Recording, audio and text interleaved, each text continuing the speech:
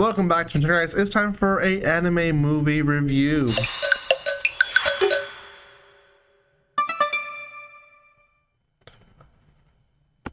Welcome once again, guys. We are going to be talking about King of Thorn, which is a movie that is released on Crunchyroll time of recording.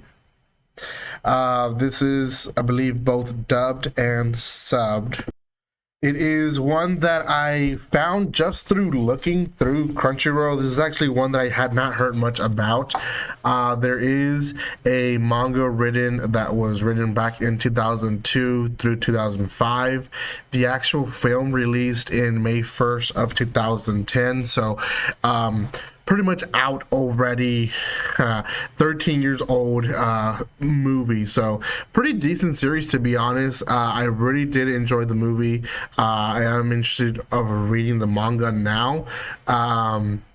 The plot twist was pretty good. Now, before anything, guys, if you haven't done so by now, make sure you subscribe to my channel. Give some love by commenting, liking, and sharing. If you haven't done so, check out my other movie reviews. I have been doing a few this year, so there's more to come. I'm trying to watch as many movies as possible, manga and anime related. So if you have one that you think I should be watching, let me know in the comment section, and I'll try my best to get to it. Now, this one is King of Thorn. You can see it there on my screen. There is the cover that was shared when it first came out. You can't really see much, but it is two girls kind of hugging each other over this Catholic Mary, and you have all these little pods there in the image, which kind of showcases what how the plot starts. Essentially, they live in this world where there's a pandemic, there's a virus called the Medusa virus, and essentially, if you get it, eventually you become stone. So there is, I believe, 160 humans chosen to go into these pods that essentially will be an experiment to find a cure for the virus, and they're going to be frozen for years, and they're going to hopefully reawaken into a society that has already the cure to the virus. So they supposedly choose these candidates at random, but also keeping in mind that they're hoping that they don't have the Medusa virus. In this type of thing, we meet our main protagonist, Ishiki, and essentially she is the main person in the entire thing. She is highly nervous about the whole situation. She has a twin sister. Her twin sister, it keeps encouraging her that this is a good thing. She is getting a huge opportunity to being able to go into the experiment, and that's kind of how it all goes from that perspective.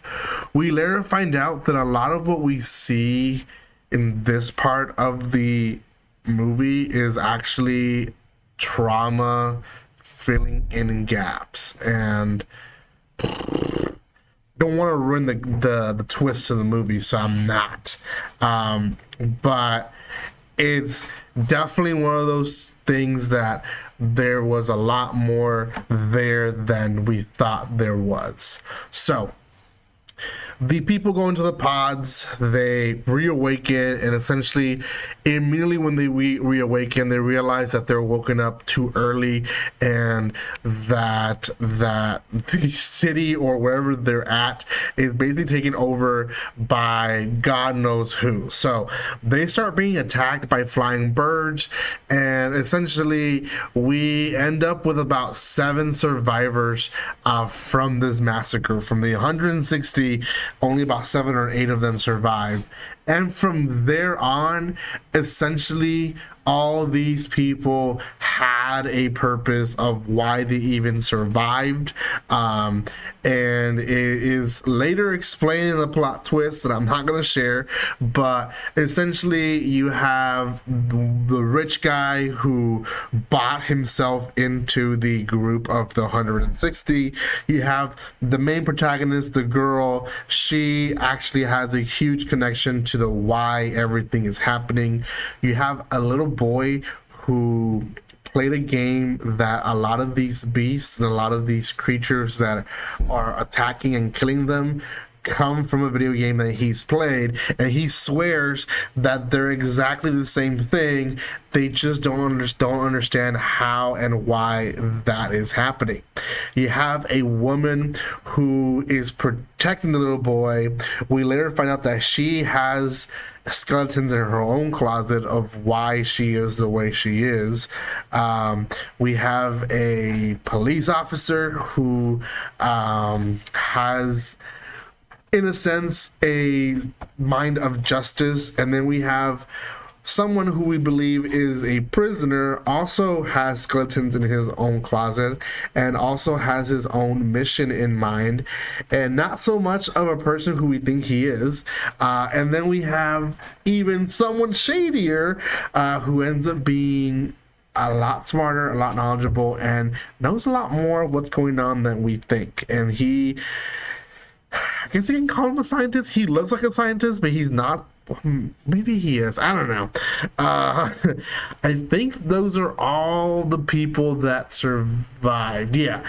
From there, it kind of becomes first a survival type of situation, and then eventually, whenever the big reveal is revealed to us, then the people that survive at the end are really people that basically fought against the idea of what's going on. I'm talking scripted so much, I just don't want to ruin the twists, but I know for me, it was a huge twist. I really enjoyed it, and I thought, wow, if someone would have told me, I would have probably be bummed and really thought that it wasn't good enough to what it was. But it really is, actually really is.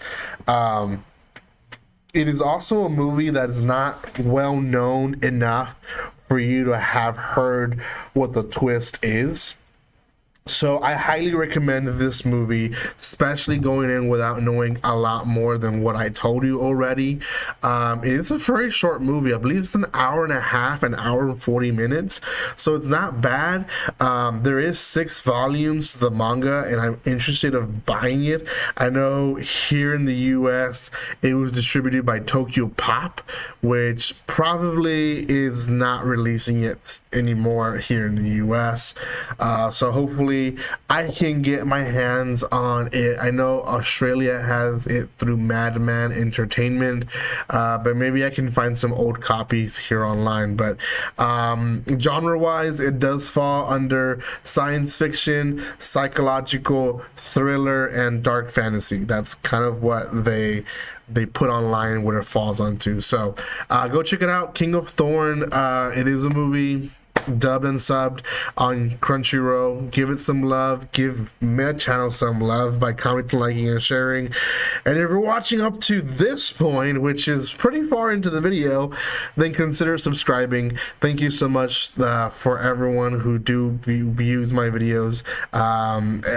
Views have been pretty low lately, so I'm hoping eventually they pick up again. So thank you again, and guys, like always, don't be strangers. See you guys.